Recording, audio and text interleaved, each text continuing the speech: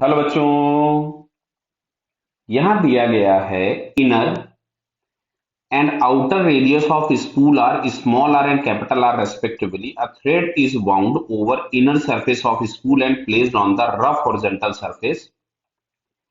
Thread is pulled by a force F as shown in the figure. In case of pure rolling, अच्छा pure rolling होना है मतलब कोई slipping नहीं होनी, then which of the following statements are false. बिल्कुल ध्यान दीजिएगा, फॉल्स पूछा है, कौन से गलत है.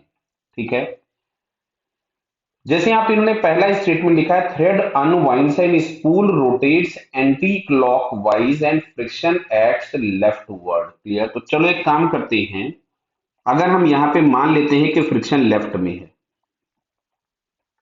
एफ एस मान लिया हमने, ठीक है, देखते हैं बराबर है, और तुमसे बोला है स्पूल रोटेट्स एंटी क्लॉकवाइज, तो एंटी क्लॉकवाइज रोटेट करने के लिए इस एफ का टॉर्क बड़ा होना चाहिए, बराबर है.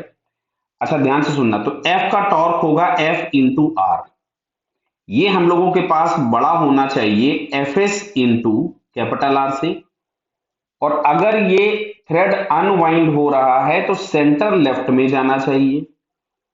तो सेंटर अगर लेफ्ट में जा रहा होगा यानी जो एफ एस होगा वो बड़ा होना चाहिए, क्योंकि भाई नेट फोर्स इधर लगेगा उसी डायरेक्शन में जाएगा, तो एफ एस बड़ा होना चाहिए. तो देखो ये चीज कंट्राडिक्ट हो गई कि एफ एस बड़ा है, उसमें हमने बड़ी क्वांटिटी से मल्टीप्लाई किया और उसके बाद वो छोटा हो गया. क्लियर. तो ये जो स्टेटमेंट लिखा है वो गलत हो गया. सेकंड पढ़ते हैं. अच्छा, सेकंड बोल रहा है कि थ्रेड वाइंड हो, बराबर है, thread winds spool rotates clockwise and friction acts leftward. तो चलो जरा हम लोग इस डायग्राम में थोड़ा चेंज कर रहे हैं वापस से, मैं इसके सेंस ऑफ रोटेशन को हटा रहा हूं. मैं अब की बार बोला है थ्रेड वाइंड हो, तो थ्रेड वाइंड होने के लिए रोटेशन क्लॉकवाइज हो जाएगा और सेंटर इसका आगे जाएगा. तो देखो यहाँ पे अब हम लोगों के पास क्या है, ये वाला पहला वाला तो गलत हो गया था, सेकंड वाले में अब तुमसे बोल रहा है कि जो टॉर्क एफ एस का है वो बड़ा है.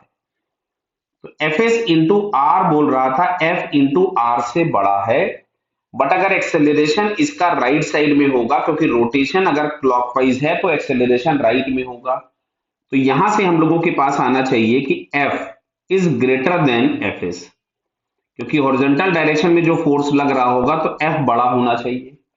तो देखो ये पॉसिबिलिटी है कि जैसे एफ तो बड़ा था लेकिन उसमें हमने एक छोटे नंबर से मल्टीप्लाई किया, तो ये पॉसिबिलिटी हो सकती है ना कि ये मल्टीप्लीकेशन छोटा हो जाए. तो ये पॉसिबिलिटी हो सकती, मतलब ये स्टेटमेंट करेक्ट हो सकता है. अगला लिखा हुआ है thread winds spool move to the right and friction acts rightward. तो बात एकदम ही गलत हो गई. क्यों? अब ध्यान से देखेगा, वो बोलता है रोटेशन तो इधर होना चाहिए और फ्रिक्शन इधर एक्ट हो जाए. भाई हो ही नहीं सकता है. क्यों? अब ये फ्रिक्शन और ये फोर्स दोनों रोटेट इसको इसके अपोजिट कराएंगे, तो ये तो गलत हो गया. नेक्स्ट लिखा है thread winds spool move to the right and friction does not comes in the existence. ये भी बात गलत हो गई. क्यों? अगर हम इस फ्रिक्शन को ना बनाए, मैं इसको हटा रहा हूं नीचे वाले को, ध्यान से देखना, अगर मैं इस फ्रिक्शन को ना बनाऊं, ये बोलता है कि फ्रिक्शन है ही नहीं.